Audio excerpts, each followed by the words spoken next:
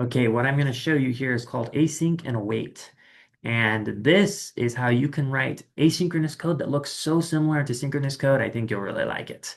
Um, it works on the same principle as promises. So we do still have to have a promise. That promise will resolve or reject after something happens. So in our case, after a timeout is done, it will resolve. So after a set time, our code will run. Or if you were working over the network, which we're going to be getting to in a couple of videos, this could be as soon as you get a response with the data. So here we've got our function that returns a promise. If we want to use asynchronous, if we want to use the keywords async and await, they need to be inside of a function that's asynchronous. So we need to write ourselves a function here. So the way we do this is, well, I'm going to show you with both function methods. So you could say async function test, and you could write your function that way. Or if you like the other way of defining functions, I could say const test2 equals async and then create my arrow function. So that's the two ways you can define it. Um, I'm going to write it here, but now that we are inside of an asynchronous function, we can await certain things to happen. So if I want to wait a set amount of time before I console.log something, I could say let results equal await the wait function for 3,000 seconds. And then right below it, I'll console.log the result. So if you notice, this is strikingly similar to how you would write your normal code. You said do something, and then on the next line, do something else. But this await keyword here is the key thing.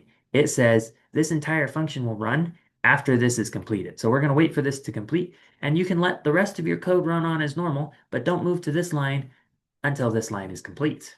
So if we save this and we come over and we reload the page, oh, one thing I always forget, you do need to call your function after you define it. So right here, I'm going to call test. So if we call it, 3 seconds later, there's hello world. And the great thing is, remember when I told you last time that like, oh, well, now you're going to have to chain your thens together.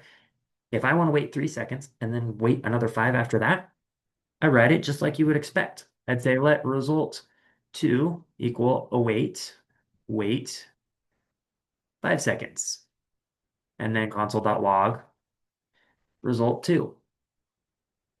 So if you save this and you come over, oh, actually, it would be helpful if I grabbed my timer. Let me grab my timer from Promise. So I've hidden this timer so you didn't have to look at it, but let's put it in. We're on async, so I'm going to add it in right here, and I'm going to hide those lines of code so you don't have to look at them. But I have a function right there that's going to be counting off the seconds. So if we come over, waited 1 second, 2 seconds, 3 seconds, hello world, 4 seconds, 5 seconds, 6 seconds, 7 seconds, 8 seconds, hello world, just like we would expect. And so that's the amazing thing about async and await. You can write your code almost the same as you did before, but you just said, wait for that result to come back. And you get all of the benefits of asynchronous code, meaning my screen didn't freeze up while I waited those 5 seconds, but you get to write it as if it was normal code, where you just write line after line exactly how you would expect it to execute. And that is the power of async and await. And in fact, in the next video, I will show you, if we come to this one, I showed you callbacks. Then I showed you how to chain thens together. I'll show you how to do it with async and await. And I promise you, the code looks a lot less exciting, but it's more readable.